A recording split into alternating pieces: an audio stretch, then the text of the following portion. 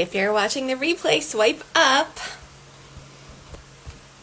We're talking about manifestation today with my dear friend Bex. There she is.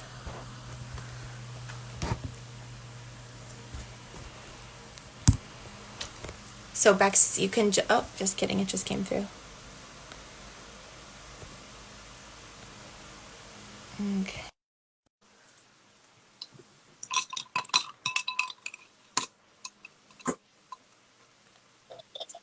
Oh, there we go. Hello! Hi, darling. This is fun. I know. I always forget and wear my onesies, and then I just look naked in these videos every time. Well, you're lucky I'm wearing straps because I have also trying to get rid of my tan lines. But you know, we just went to the beach this morning, even so. Oh, good. Enjoying my living. home state, are we? Yes, we are. For those that don't know, I'm in Maine, so where Heather is. So we're living this East Coast Maine lifestyle. Yes. So I guess, people will pop on as they pop on, and then I've noticed that more often than not, people go back and watch it, and when I save the videos in the Instagram TV. So, Right. But I'll give you a little introduction, and then I'll let you add to it. Okay. So, this is my dear friend Bex, and we met Rebecca. And we met during she still lives in Vegas. During my time in Vegas, we were both dancing the show Jubilee, doing the whole showgirl life. And then we didn't get to know each other that much during the show because we were in different lines, different parts in the show. And then we kind of came back into each other's life about a little over a year ago now, because she popped out the most perfect baby this world has ever known. And I got to hang out with this baby once a week for the last year. So, Bex owns a company. She has created a company called City Katz. And we're going to talk about a little bit about like synchronicities, about how that came to be. But Bex, if you want to like give a little spiel about, your existence, your resume, and then City Katz. And how it without starting the whole conversation on manifestation, without going down that, just a quick overview or summary, I guess. Growing up in the UK in a little town called Cheltenham in Gloucestershire. It's not actually a little town, it's actually quite a fair-sized town. But Mum put me in dance when I was 3 years old. So, and I never, I loved dancing, and I knew that that's what I wanted to do, but I never believed that I was good enough until I actually spoke to one of my dance teachers when I was like 16, and she said to me, you absolutely should go for it and go to London, or at least audition for the big schools and training. And so I did just that. I left my town at 18 and I went to London, moved to London, and got my degree at London Studio Centre in theatre dance, which was, some of the best years of my life. Yeah. Especially living in London anyway, as you can only imagine, like an 18-year-old roaming the streets of London. But no, and then obviously then became professional at 21. Traveled the world, did TV and film and tours, UK tours, and cruise ships, which is where I met my husband, and general gigs and things in London. And then my husband and I, he proposed to me in Maine. We were in Maine when he proposed. Oh. Yep. And we decided to then move to Vegas because my husband was also a performer at the time, and we figured that, and part of a double act, and so we figured that Vegas was the best place for both of us because him and his partner could work and I could find work as well. And I already knew a lot of people that lived in Vegas that I had met on cruise ships. So it just seemed like the natural progression. And actually you find when you live if you have done ships, Vegas is it's like a cruise ship on land. almost everybody in Vegas has done a cruise ship at some point in their life, and if you haven't, then you know, like all of your friends have. It's a small world, is our Vegas community. So so, and then the rest is kind of history. We've been there since, so we've been there 8 years now. Crazy. Yes, I know. And it's so funny because, you know, you meet people, especially the tourists that come to Vegas, and they're always like, God, I don't know how you could live in Vegas. How would you live there? And even just talking to my English friends, or even, you know, people in Maine, they're always so astounded that people actually live in Las Vegas. But actually, it's seen us well. We've done well. We're very happy there, and now we have a family. So, I mean, I know. It is a good place for performers. You know, with obviously a lot of unknowns currently, and a lot of sad, you know, shows closing. The strip's been dark and all that. It's just, but you know, everything's temporary, so including this situation we're in. So it's okay. It will come back. And actually, in my lifetime of work too, this isn't my graduating show from college, which was actually a tour, and our tour finished in London. The day of my graduating show in London on the West End was the London bombings. So we were all on the tube on the way. I was on the tube, the station behind the King's Cross. I was at Caledonian Road when the King's Cross bomb went off. We felt the power surge. Yeah, I mean, obviously at the time we didn't know what was happening. We all had to like evacuate. We just figured it was, you know, whatever, like a fire. So, you know, lived through that and have survived through that. And then I was actually stuck in Italy during the ash cloud of 2010 from the volcano in Iceland on a gig. I was on it, right? Of course. So I was working in a gig. I had to get back to London to finish the last 2 episodes of a 10-part season that I was in, and had 2 days to get there. The whole world had stopped. There were no flights, but fortunately, the company I was working for were great, and they got me a private car and drove me from Bologna, Italy, back basically to London, right to my front door. Well, with a little ferry action in the middle of it. But so I guess my point of those conversations is, you know, we always make it through. You know, humans, people, we're very what's the word that I'm looking for? Resilient. We're very resilient. So you just have to, if you know what you want, and for example, entertainment. Oh my God, let's talk about bleak. It's, of course, looking at it on the outside is very bleak right now. However, I think just a positive mental attitude, and if you know what you want, and you know, you just have to have faith that you're on the right path, and basically stick in there, I guess, is my my advice. Just hang in there, everybody. Yeah, it's true. Which I guess, and we have to like assume this is all happening for a grander purpose, and like, you know, Mother Nature is sure happy that this is happening right now. So it's like, yes, exactly. Honestly, of course, there's absolute terrible negatives that are coming out of this, but there's so many positives. For example, you with Soul Path Energy, like, you know, your company is doing very well. I'm so proud of you, of everything that's happening. People are spending quality time with their family, their friends. People are reconnecting.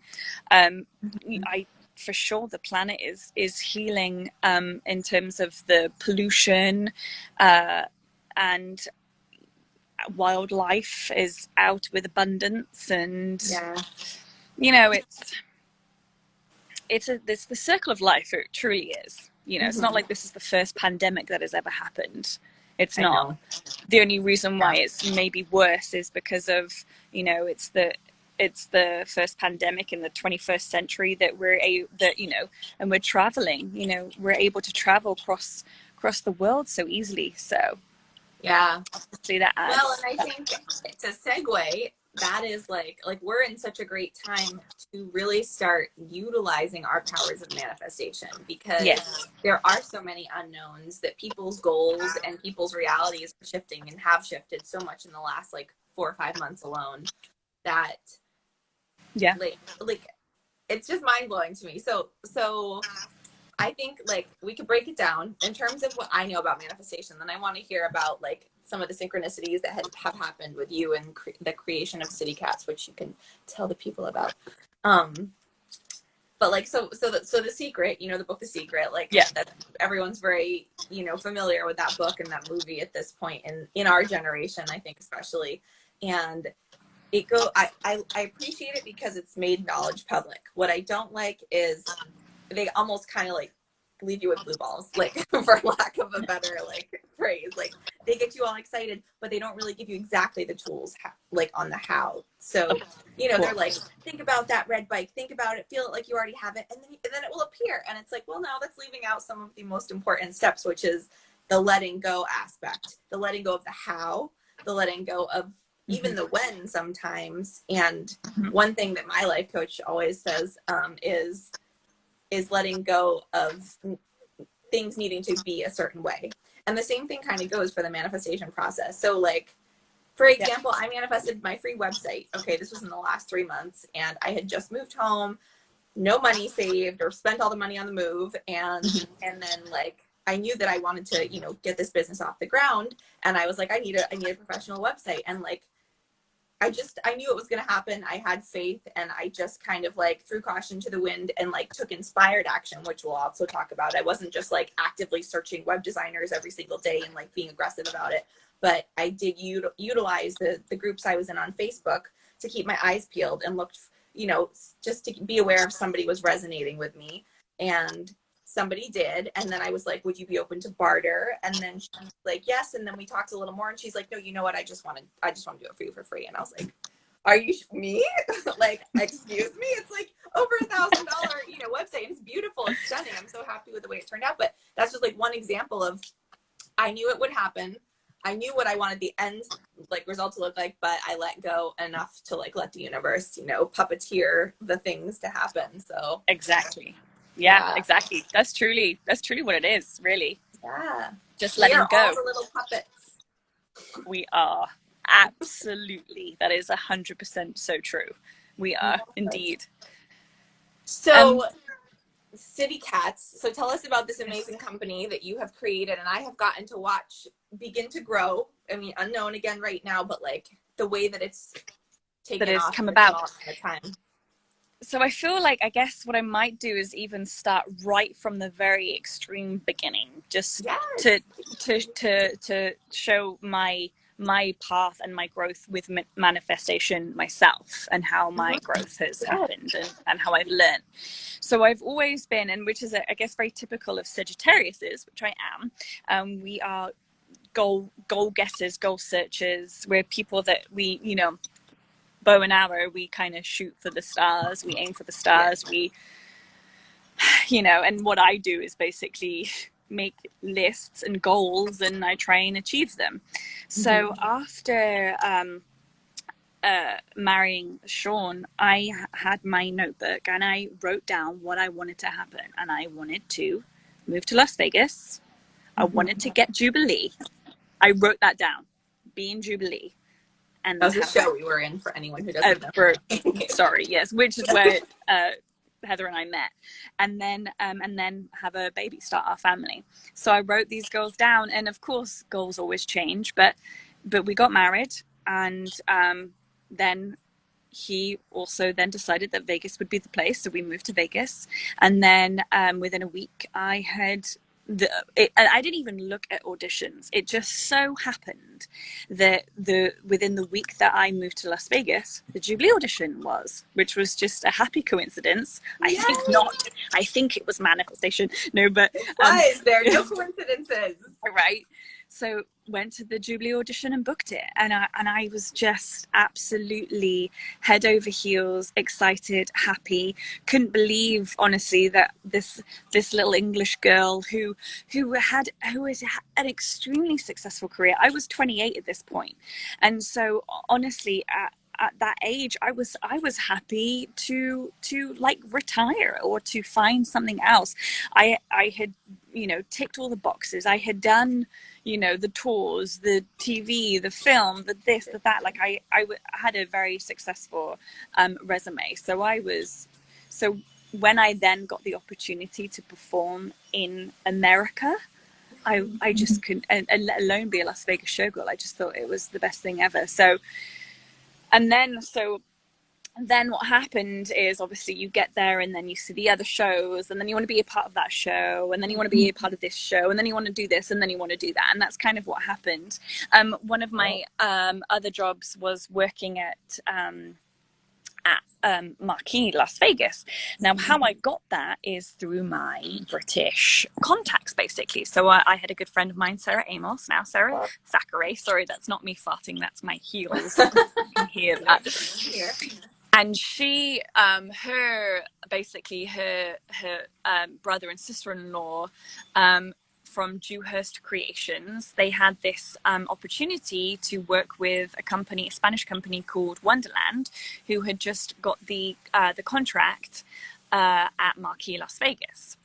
And so they brought me on, and I stayed, and that's that part of the story for now. But I stayed there. I was working at Marquee for 5 years, or 5.5 years, until then I fell pregnant, and that's when I left Marquee.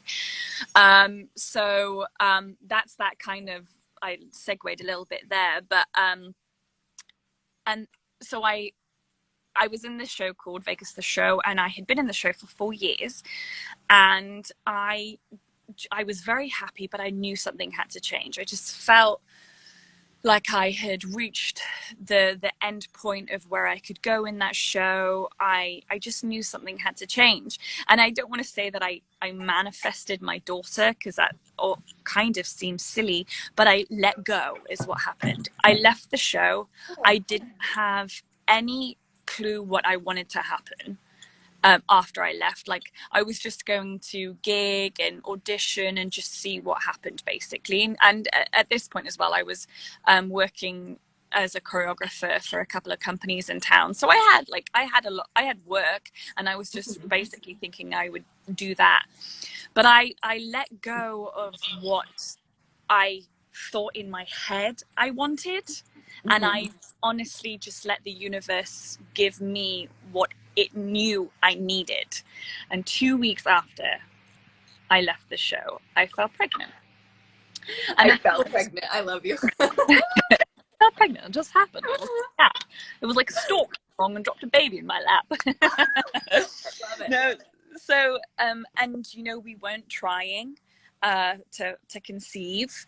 It wasn't even necessarily anything that we had really talked about, apart from I had written, you know, I knew I wanted to have we knew we wanted to have a family. She would, like, it was a goal to have a child, but just letting go and letting the universe give me what I needed at the time was the best thing. So divine timing. It was really? Divine timing. Yes. Divine timing is probably better than saying I manifested my child, because that doesn't necessarily. I mean, you did though. Your uterus and that clown of a husband of yours.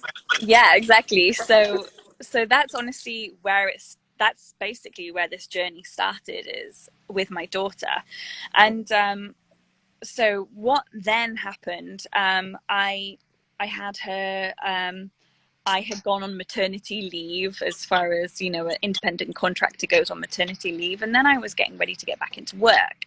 So I had contacted the companies that I was working for at the time, and you know, sent them my shots of how I had got rid of my baby weight and got back into my dancer shape, you know, back into Which, let's just say to all the muggles out here, I mean, if you think it's hard to go back to your regular job after having a baby, which it is, imagine having to send pictures of yourself in like your skivvies for your work. Right. To be like, life of a performer. I know, the life of a performer, of a 30-something-year-old woman. Right. Yeah. Well, like, and whenever I tell people I used to have to keep re-audition to keep my job every 6 months by walking across the stage in a G-string and a bra, people are like, no. And I'm like, no, that's my life at the time. Do you remember? No, seriously, it really happened. I know it's in movies, but it's real life.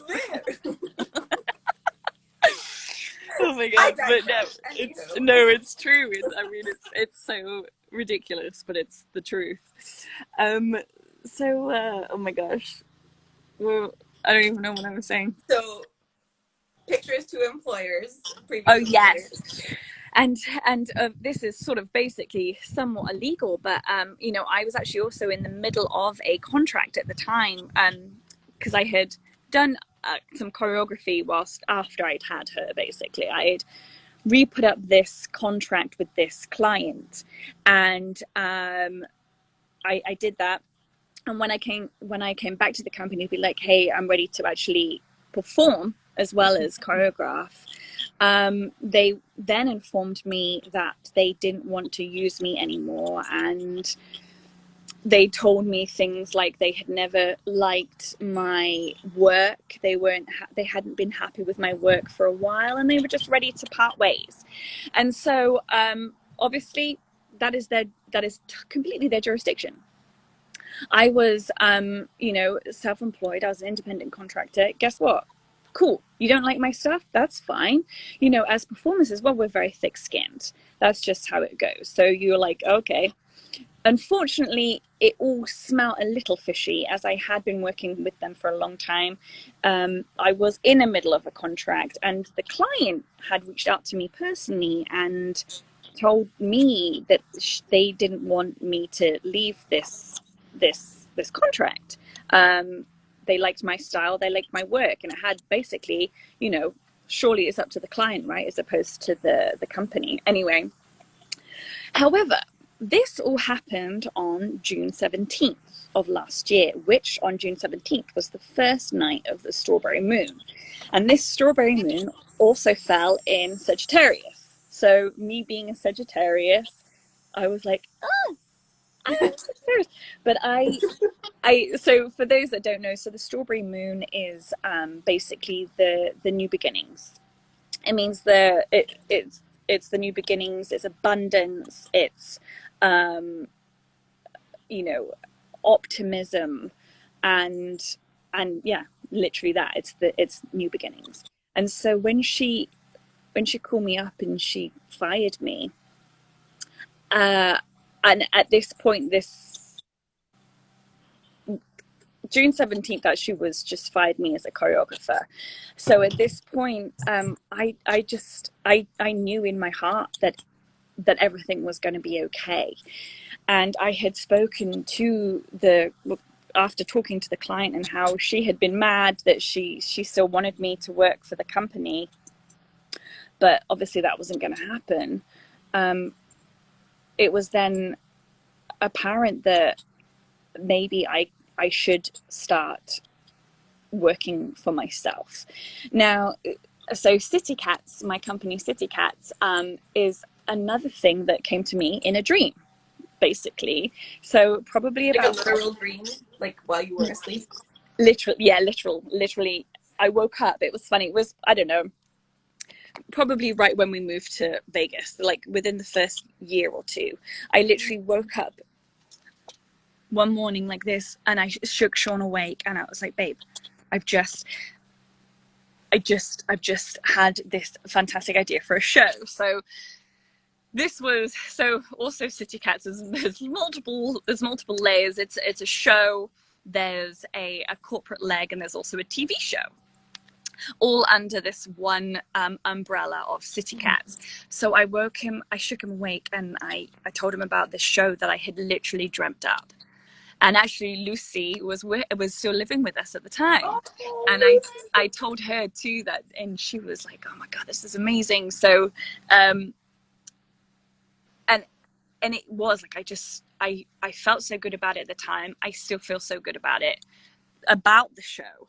And the reason why I've never pulled the plug on the actual stage show itself is because I'm waiting for the right time. Right. Which might seem funny, but it's all part of my manifestation. So I knew to get my stage show, obviously I need a hell of a lot of money, and I knew that I needed to start making steps. And so the corporate leg, which is what I'm working on right now, is one of these steps to get there. And that's just what came into my head, and I don't even know who put it in my head, whether it's my guardian angels, whether it was always in the back of my head, whether I'd even seen anything on TV the night before, but I don't know. I don't necessarily think so, or remember anyway, at least. Yeah. So basically City Katz was born then, and then fast forward to last year, or slash rewind, slash fast forward, when I was fired, that was it. I knew. And that is inspired action, because it had been, in the process the whole time. And then the universe literally put it on my plate, and it said to me, Bex, now it's time to take your inspired action. And I said, okay. So I called out to my people and I said, who's a graphic designer? And Heather said, my mum is. My mum! So Heather's mum, good old Cindy, she made my my City Katz graphics, which is fantastic, my logo and my emblem, which is just amazing. And then I, got the licenses, got my LLC, la-di-la-da, and I took steps, which then eventually led me to,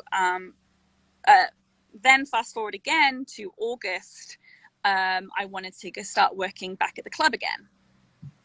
Oh, no, I'm sorry. Rewind. After I got let go June 17th, a week later, I get a call up. I got a phone call from Dewhurst Creations, as in from Marquee, like previous, because now it's not anything to do with Dewhurst Creations and nothing to do with Wonderland, but it's to do with another company in Las Vegas. So I get a call up from Dewhurst Creations, and they're like, hey, we have this gig for you, working for World Team Tennis. Are you interested? And I was like, yeah, I've just had a baby, but I'm feeling pretty good. I've been working out. I'm back in shape. And so then that gig was in July, and then in August I finally get completely fired from this company, from Marquee.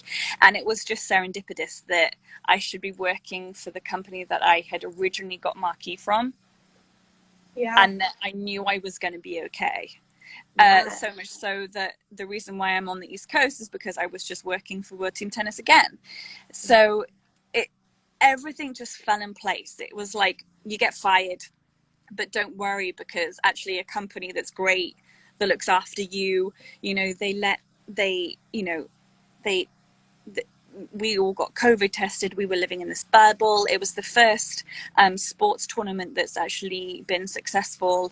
No COVID. There was nobody that fell ill with COVID. We were all getting tested. They allowed my family to come. Yeah. They paid for my husband's COVID tests.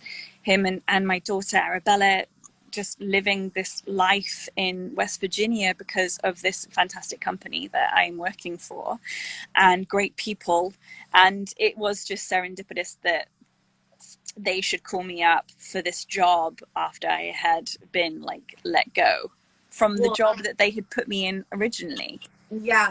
And the synchronicities, when they happen like that and they're so easily traceable, it's like, there's the powers that be are like moving things around for you. And I think it's important to to really always look for the good and okay, what am I not seeing right now when you are going through challenging times? I had a hell of a year last year, and I was like, this is not forever.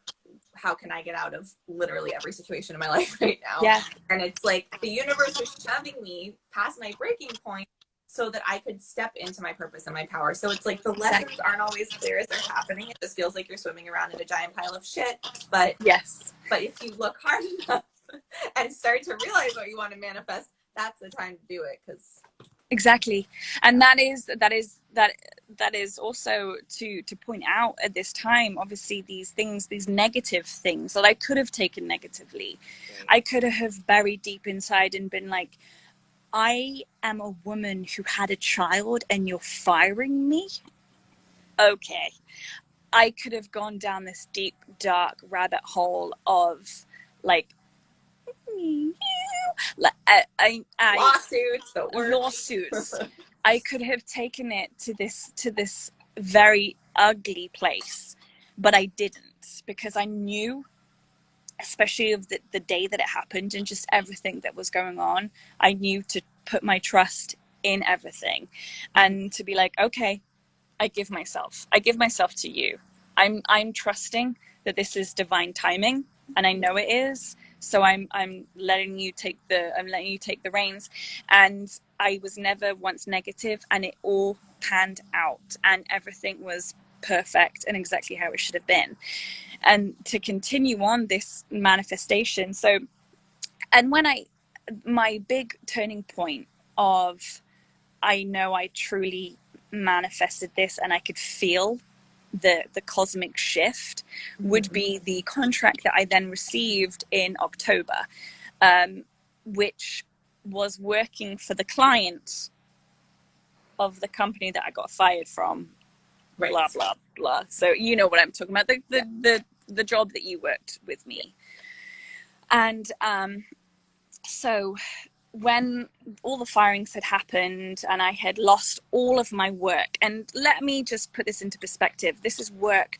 I had worked for that place for 5 years. I had choreographed everything, my heart and soul.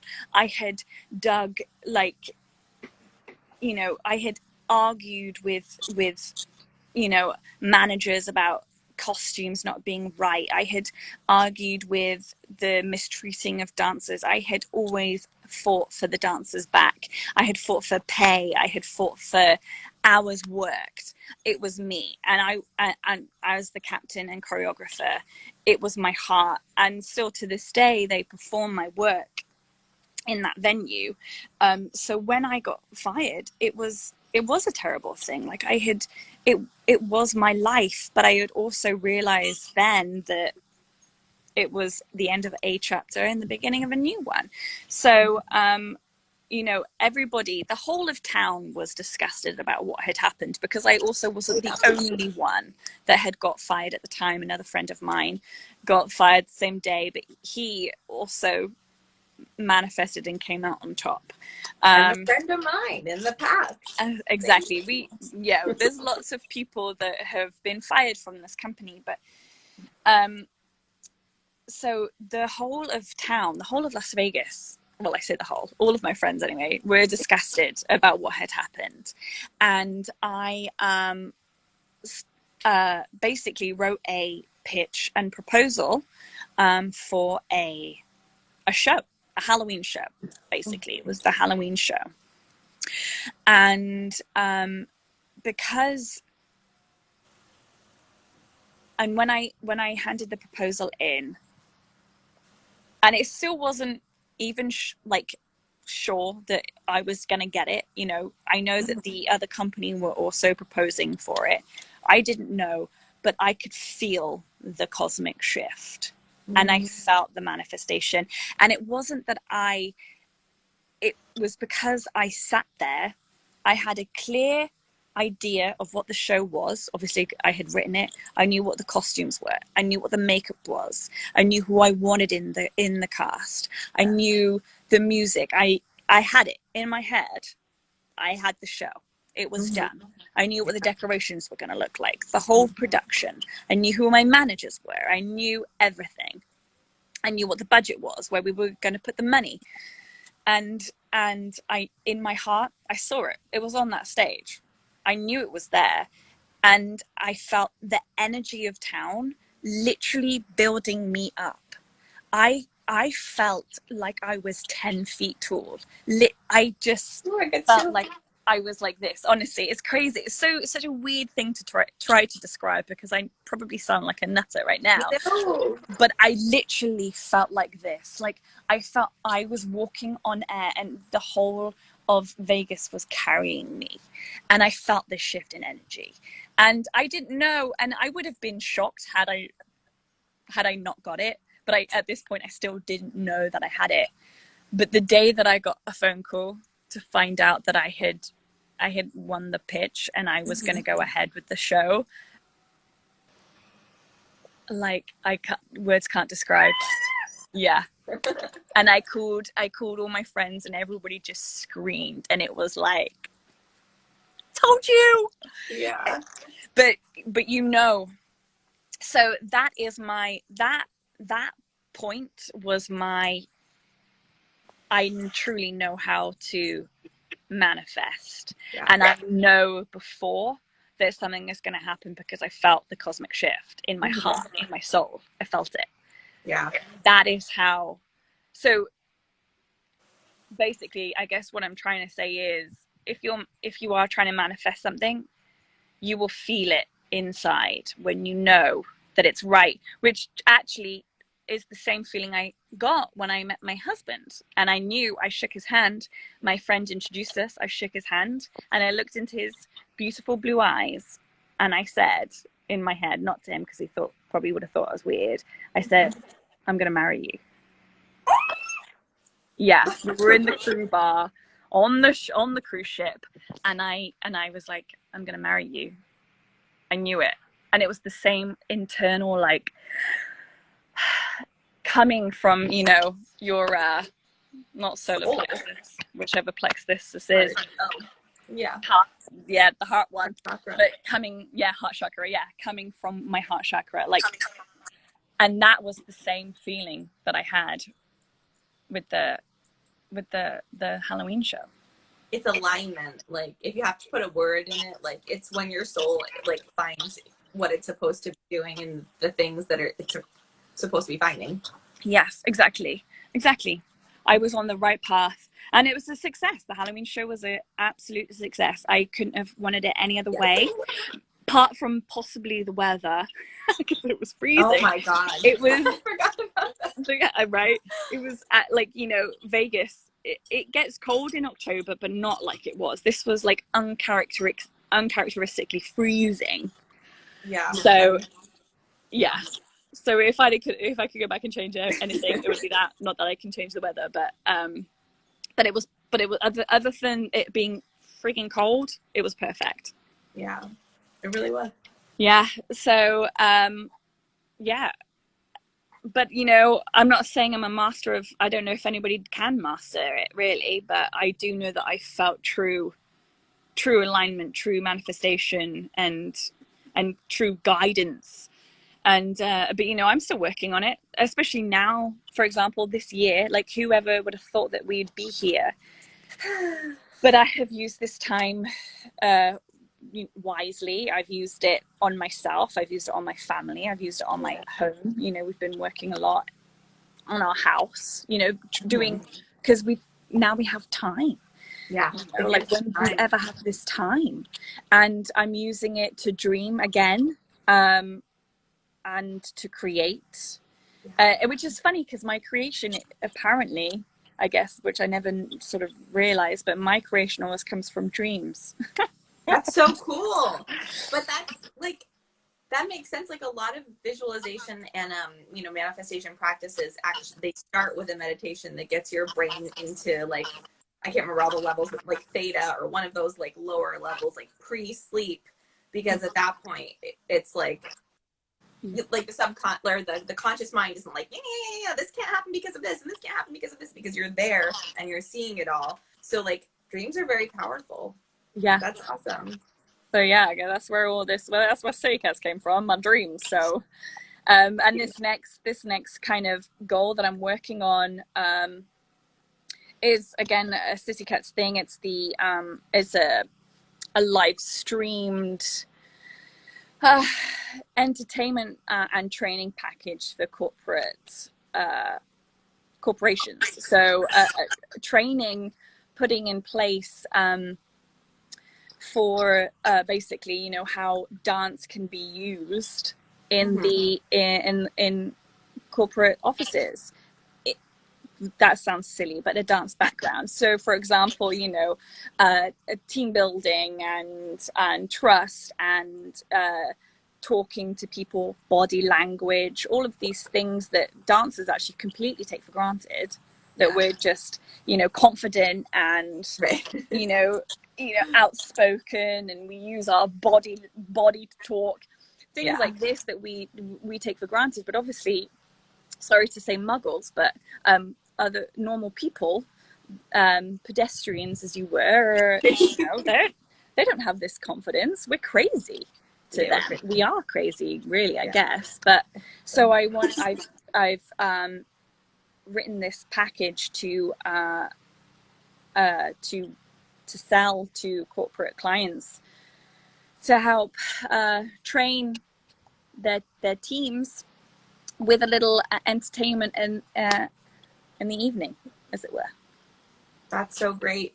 That's so great. And I know there's been, and maybe now I'm just spitballing because I've heard of similar things, but like improv, like when I was studying improv comedy, yes, in LA, it's like you can use some of those games, and they're very uncomfortable even for actors. Like you're like looking into somebody's eyes and just staring at them and holding eye contact for 60 seconds, or you know, but they're all confidence boosting, and you can have breakthroughs. And like there's a reason why actors and performers are so in touch with their emotions. It's just like we're constantly in a state of discomfort. You know what I mean? Like, and so then it becomes the norm, and so then it's not scary. And I mean, and that's exactly what it is. It's based on the yes and.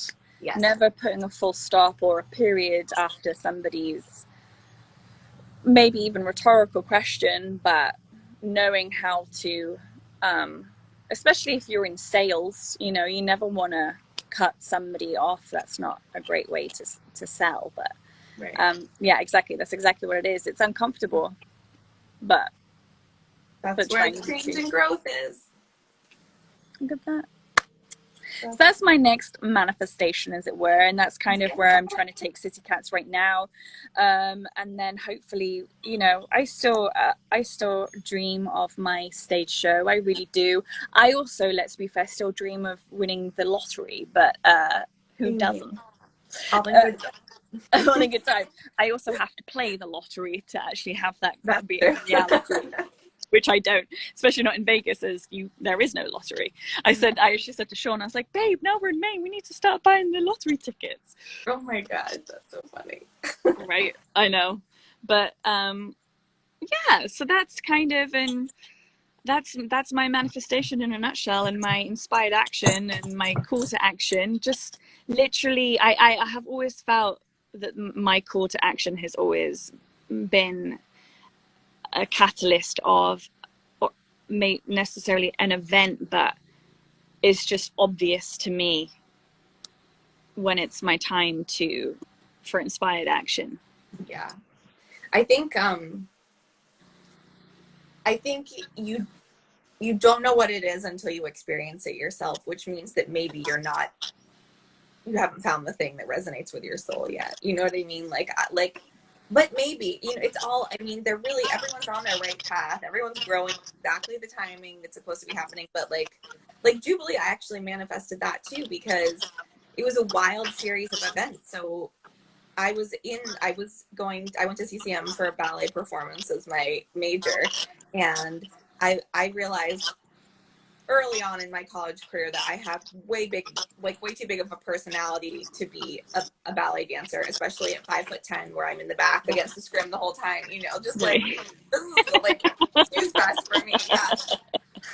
God. So I was like, you know, in college, all my friends were the musical theater majors, and I've always had such a love of musical theater that it was just the natural path. And then I think it was my sophomore year, I had this dance teacher, Michael Tevlin's ballet teacher, and he saw the spark in me, and he saw my humor, and he choreographed a piece called In Rags, and I'll never forget it. And we were in like these crazy colored unitards with like patches, like rags patches, and it was like so theatrical. And I remember this chair dance, and I was all like, and I was like giving like hammy faces, and I never had gotten to, because it was always like, you know, just so dancer, like ballerina. And I was like, oh my God, I'm living for this. And like, in that performance, like every single show, I would have like a different faculty member come up to me and be like, you stole the show, like you stole the number, like this, like you're living in that. And I was like, yeah, I need to be doing something that's more showy. Yeah. And so, sorry, I just got a message. I got distracted. So anyway, so I was like, okay, well, obviously I'm going to finish this like, degree and everything. And then I got a couple more fun showy things. But then that same teacher, Mr. Tevlin, told me about a girl who was doing a show in Vegas, or she had done. And he's like, let me put you guys in touch. This girl had been in Jubilee. She answered all my questions. She was super nice. So then like 3 months before I graduated, I flew to Vegas to see the show and to audition on the stage. And I made it past all the cuts, you know, with Fluff. Fluff was still around, and she was sitting there with her binoculars, like looking for cellulite. And, like, and it was crazy. And she was just like, thank you, ladies, not this time. And I was like, well, first of all, I don't even know if there were any Bluebell positions, you know, open at the time. And second of all, they were probably like, this girl has 3 months left of college. Like, she should probably finish that out. And so again, divine timing. So it was about, I'm trying to think, July. Yeah. So I graduated in June. In July, there was another audition in New York. So I went to New York, auditioned there, and I remembered the disco choreography. Like, I was like, this is what I'm doing after college. I'm moving to Vegas and I'm going to be in the Showgirl show. And I practiced disco. I practiced it in case it was the same choreo. I knew to come in like a 2-piece, because like that's not normal in the ballet world. And in small town Maine, you don't go to auditions in like 2 pieces and like fishnets and heels. But I came prepared. And I saw 4 girls who I was like, they're my competition. Those 4 girls, Fastow, Mallory. I don't know if you remember Mallory. Yes. Yeah. Oh no, there was just 3, and then there was one other girl, and she didn't end up getting hired. The only other girl who was hired was Laura Kelsey, and she auditioned in LA, and that was like our little Bluebell clan. But I was like, I went to the audition. I felt really good about it. But Diane was like, you know, we'll get back to you in 2 weeks. And I went to Wyoming to visit some family over the course of those 2 weeks. And I got back, and it was the 14th day at 10 p.m. because Eastern time's, you know, later. And then my phone rings, and it's a 702 number. And I was like, yeah. So the rest was history. But it was the same thing. It was like, I'm going to memorize this choreography. I'm supposed to be in that show. I saw it. I know I belong on that stage, you know. And then it was like, the rest is like just, it falls into place when it's right. It resonates in your soul. Yeah, exactly. That's exactly true though, right? It just, it will happen when it's right. Yeah. And that doesn't mean to say for those people that are striving for something that they don't feel that. I mean, you should always definitely work towards your dreams, even if I mean, I guess your dreams will always resonate with your soul, but I don't know. Yeah, always keep working. And then something eventually will fall into place, because it will be right for you. Yeah. Even if it's not something that you originally thought was what you wanted. Sometimes you find, well, like even you in Soul Path, like, you know, even last year you might not have even, I mean, probably last year, but like a year and a half ago, you would never have imagined that this is where you'd be. No, I knew I wanted to leave Vegas, but I didn't know. And my other business is Princess Land Productions, for princessing for kids' birthday parties. And I do think that I will relaunch that when the world reopens and it can even be a thing out here, because bringing joy to kids is like also feeds my soul. But it's not the same level of like fulfillment. And like, I'm literally changing people's lives with this work. And it's just, it's like, you know, it's an effect that just keeps rippling, and, you know, it's just growing. And yeah. So I feel more in alignment than I've ever been, but it's so cool, dude. Yeah. But if you're doing something every day, like I was miserable, as you know, at that day job where I was for a couple of years. And like, if you're really at that level of low, like figure out, even if it's a temporary solution, like I got to knock off one of my days to come babysit for you. Like make it tolerable as you're looking for that inspired action, or as you're being open to that inspired action, because it's really hard. You can't fully thrive when you're miserable for 9 hours a day. Like you cannot. You have to like remove that in order to like get in that, you know, high vibe state. So it's true. It absolutely is true. Balance. Yeah. I mean, yep. Crazy, man. I know, but yeah. And then here we are. And here we are. And if you're not following, for anyone watching, I'm going to tag City Katz in this video below, but check out her page. I got to be on site for some of the photo shoots and video shoots. And yes, I hung out with Miss Arabella. Yes, you did. I mean, such amazingly talented dancers, beautiful humans inside and out, and like, I mean, and mums, and that was another goal of mine as well. So of course, as a new mother, of course, part of me was very like, how very dare you. So City Katz is also a company that is open to, I have allowed other, mothers to bring their babies and have supplied a babysitter, Heather, at rehearsals to look after the children. So that my goal was to make a workspace that women, if they can't find a babysitter, they can bring their child with them, and I will have a babysitter there. Yeah. God damn it. We did that one day. The one rehearsal with Hitomi, I was hanging out on a blanket, doing my splits, chilling with 3 babies while the girls were practicing choreo. It was great. Yeah. And that's a goal of mine, just to make a company that is,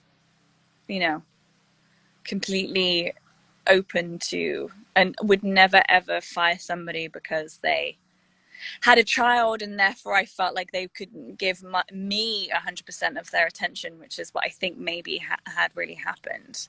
Wow. And that's like, you being successful in that is the biggest fuck you, which is just like a side bonus. It's really, I mean, you're building up your empire. So yeah, that's beautiful. Yeah. Like, I mean, she was, having my daughter was definitely the catalyst behind all of this. And I think that has given me the strength as well to keep building higher. Yeah. So. Yeah. Yay! Well, we may as well call it here because Instagram will kick us off after 60 minutes. But thank you so much for doing this. Hopefully that's all of that's everything I've touched on. I hope that I think so. Yeah.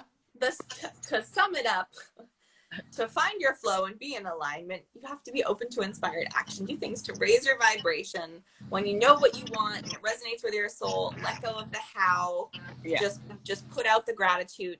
Not just saying like, I'm thankful for this. Next, it's like literally like, feeling it. You have to feel it. Yeah. Put out the vibration of already having it. Get excited. Like you're already living it, and the rest will unfold. And it sounds so cliche, but it's literally the truth, and that's why everybody says it. And you're right, gratitude. I didn't even say that, but gratitude is key.